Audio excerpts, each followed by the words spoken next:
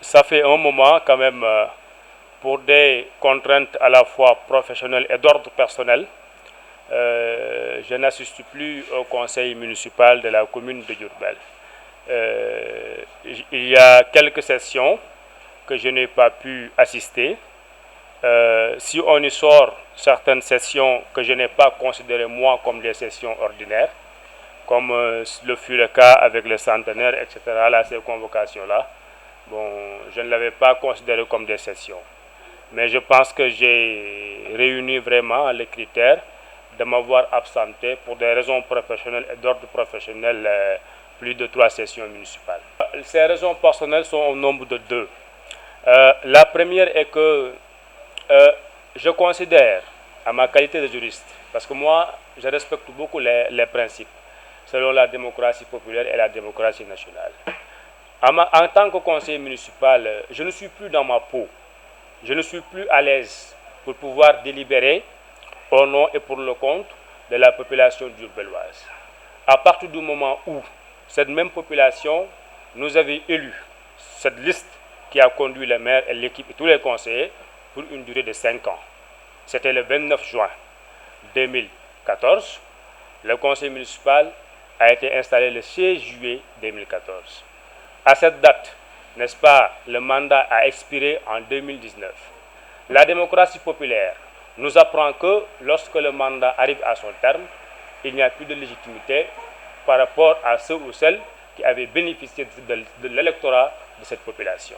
À partir de ce moment-là, il se pose la question de savoir comment le X conseiller ou Y conseiller peut continuer valablement, consciencieusement à délibérer au nom et pour le compte de sa population qui elle-même ne l'a pas donné mandat pour ce qui reste en cours. Bien évidemment qu'on a parlé de prorogation, mais prorogation de mandat revêt juste l'aspect légal et non l'aspect légitime.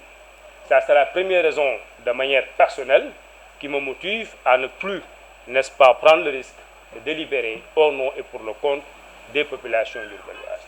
Parce que la durée que cette population m'avait élue a expiré, n'est-ce pas, depuis 2019. La deuxième raison est liée au fonctionnement, je dis bien, au fonctionnement institutionnel, n'est-ce pas, de la municipalité, de la commune, qui vraiment souvent on fait fi des textes, on fait fi de la réglementation, on fait fi des lois et règlements, on fait fi vraiment de beaucoup d'aspects, n'est-ce pas, et de rituels institutionnels, n'est-ce pas, qui permettent à une municipalité administrativement de mieux fonctionner. Donc, qu'on ne parle pas de textes au niveau du conseil municipal, parce que depuis le début jusqu'à aujourd'hui, les textes ne sont pas appliqués.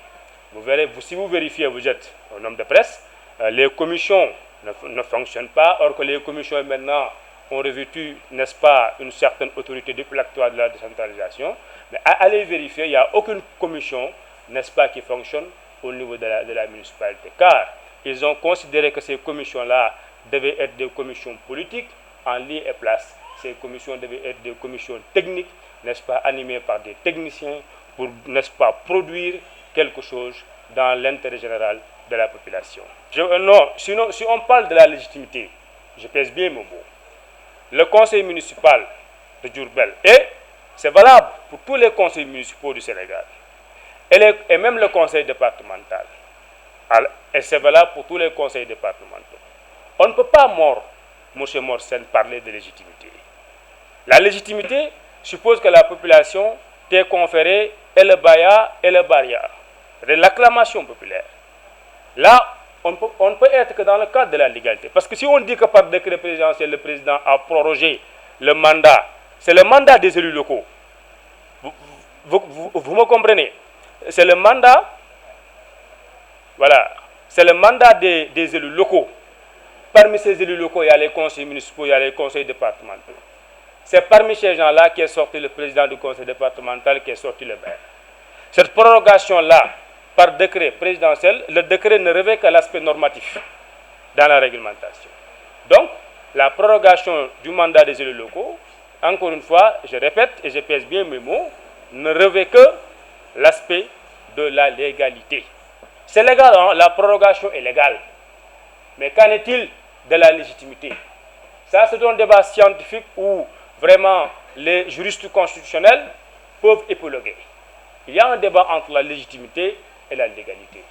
Mais je dis bien, en commençant par moi-même, Faïgnan, actuel conseiller municipal de la commune de Diourbel, et à l'endroit de tous les autres conseillers municipaux, comme même les conseils départementaux, nous ne sommes plus légitimes, mais nous sommes légaux par rapport à la